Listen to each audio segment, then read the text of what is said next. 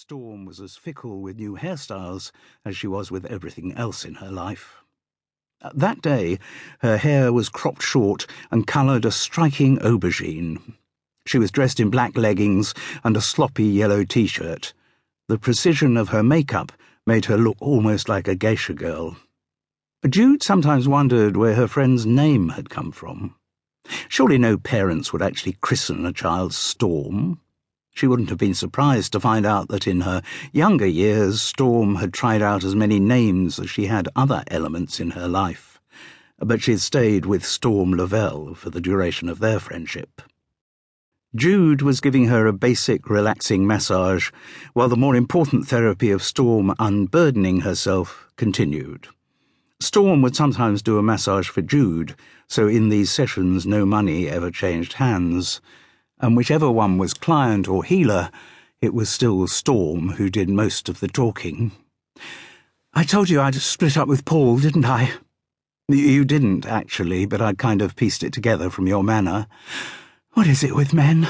One moment they're all over you like a rash, then suddenly they go all cold and start mumbling about needing their own space." "Yes."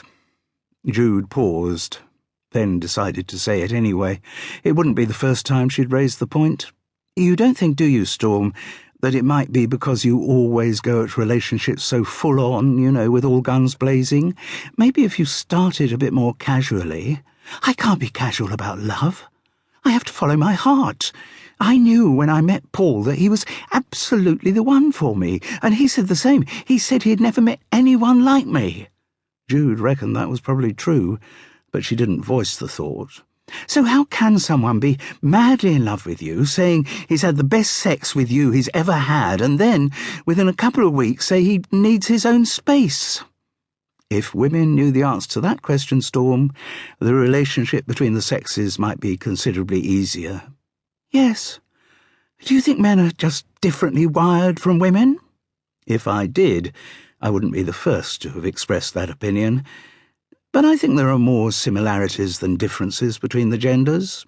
Everyone, male or female, is afraid of having their personality swamped by another person." "And are you saying that's what I do, Jude? Swamp people's personalities?" I'm just saying that if you took a more gradual, a slower approach into relationships..." "But I'm not a gradual person. I'm not a slow person. I have to obey my instincts." "Even if those instincts keep pushing you in the wrong direction?"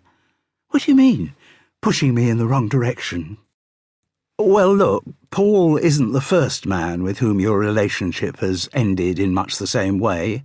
"How can you say that, Jude?" "From simple observation. Do you want me to name names? Carl, George, Nick, Harry. Those relationships were nothing like what I had with Paul.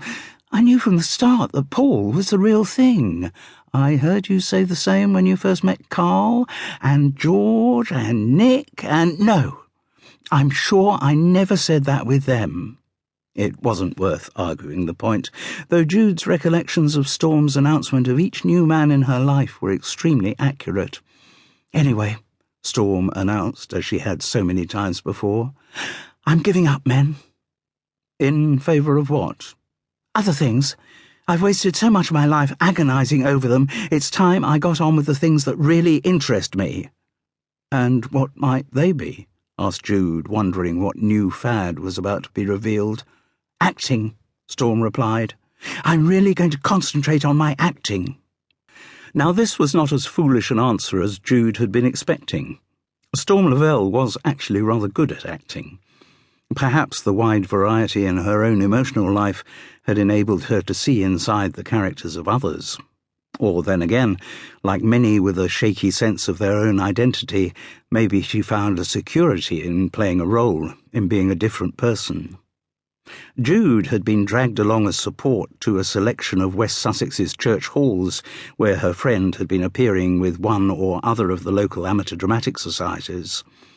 And though a few of the productions had been a bit ropey, Storm Lavelle had always shone in the not very glittering company. Acting was also a fad that she had stuck with. Whatever else was going on in her life, she was usually involved in rehearsal for some play or other. Jude, whose earlier career as a model had led to a year or two of acting,